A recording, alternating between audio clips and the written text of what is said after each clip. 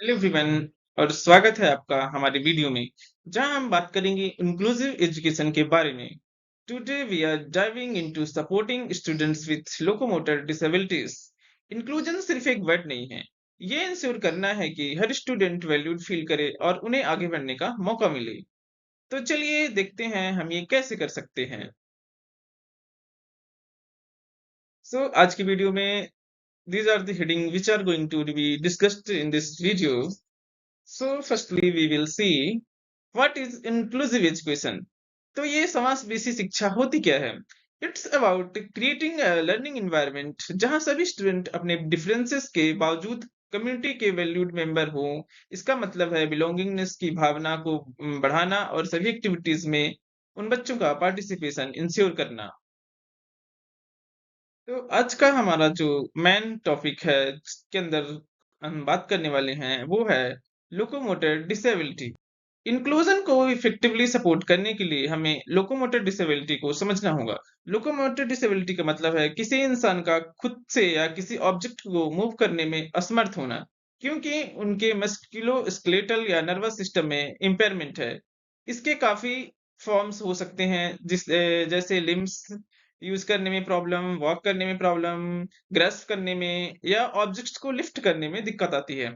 ये याद रखना इम्पोर्टेंट है कि हर स्टूडेंट का एक्सपीरियंस यूनिक होता है और उनकी नीड्स भी सिग्निफिकेंटली वेरी करती हैं।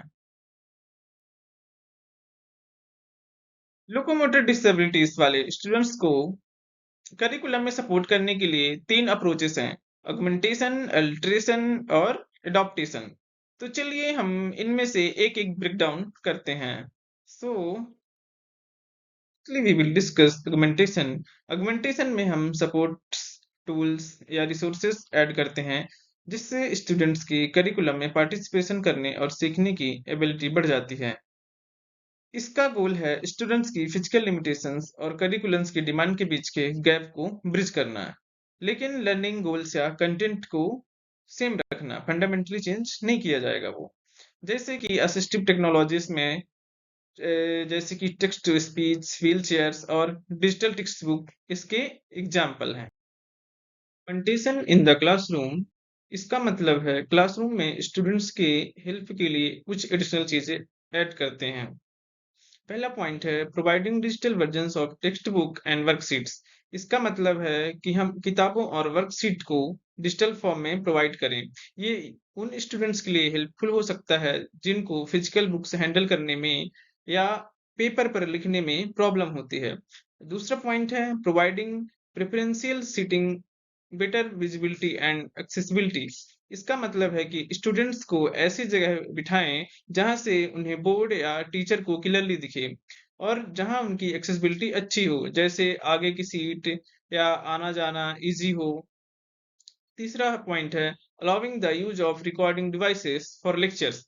इसका मतलब है कि स्टूडेंट्स को लेक्चर रिकॉर्ड करने की परमिशन देना। इससे वो बाद में लेक्चर्स को दोबारा सुन सकते हैं, जो कि रिवीजन के लिए या कुछ मिस हो जाने पर उन्हें बहुत फायदेमंद होगा।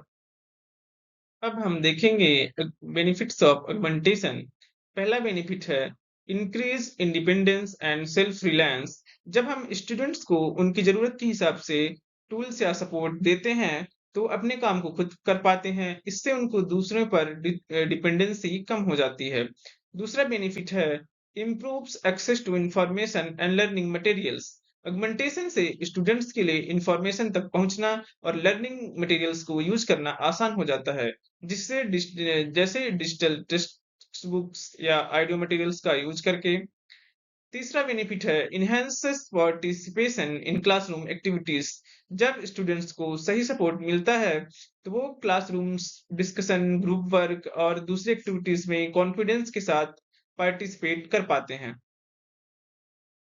और आखिरी बेनिफिट है बूस्ट कॉन्फिडेंस एंड मोटिवेशन।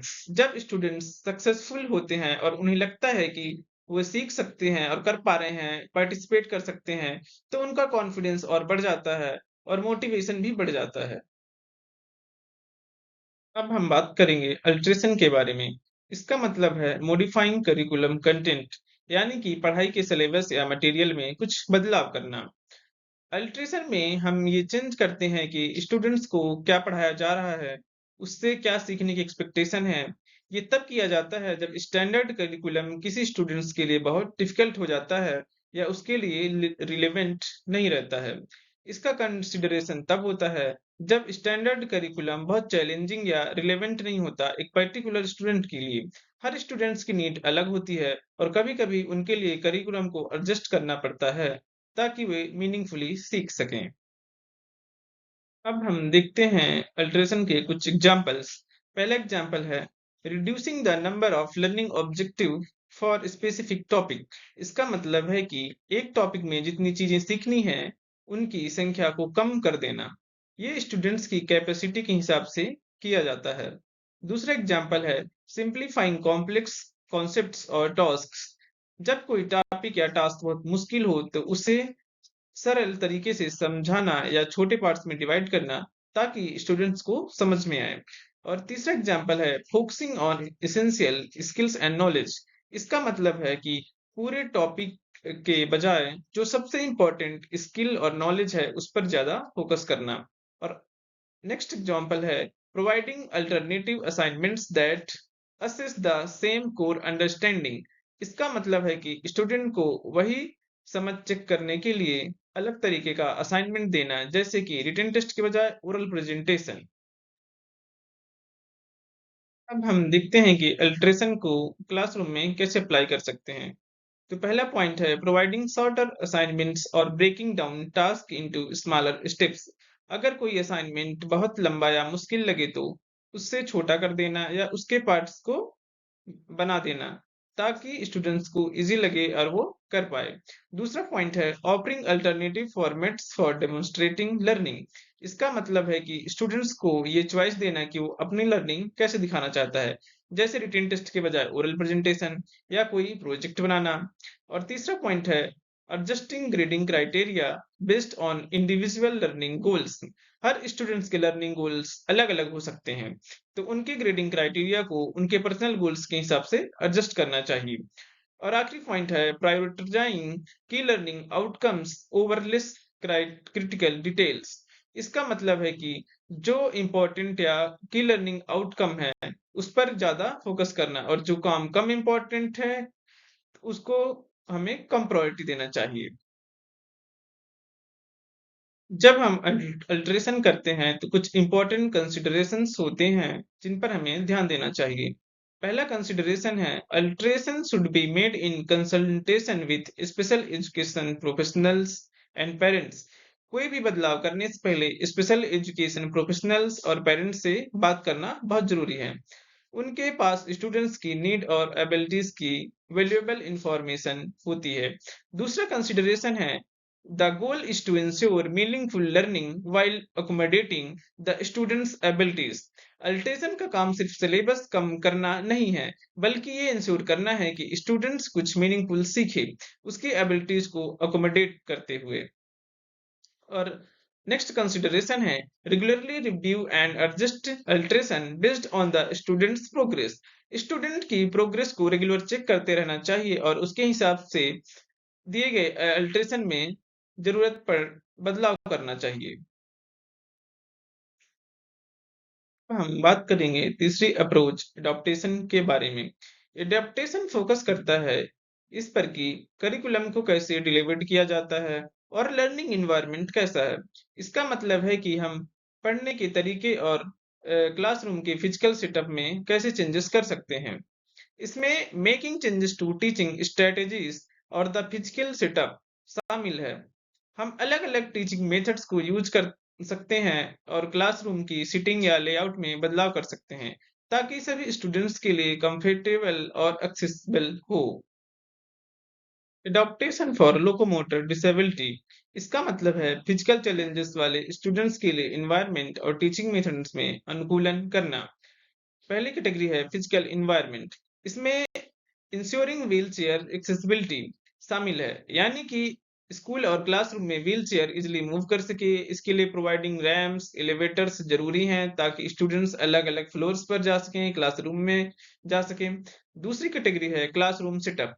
इसमें फ्लेक्सिबल सीटिंग अरेंजमेंट और एडजस्टमेंट डेस्क शामिल है ताकि स्टूडेंट्स कंफर्टेबल हो सकें। साथ ही डिजाइन्ड एरिया और मोबिलिटी एड्स होना चाहिए, जहां वो अपनी व्हील चेयर या वॉकर रख सकें, ताकि परेशानी ना हो उनको।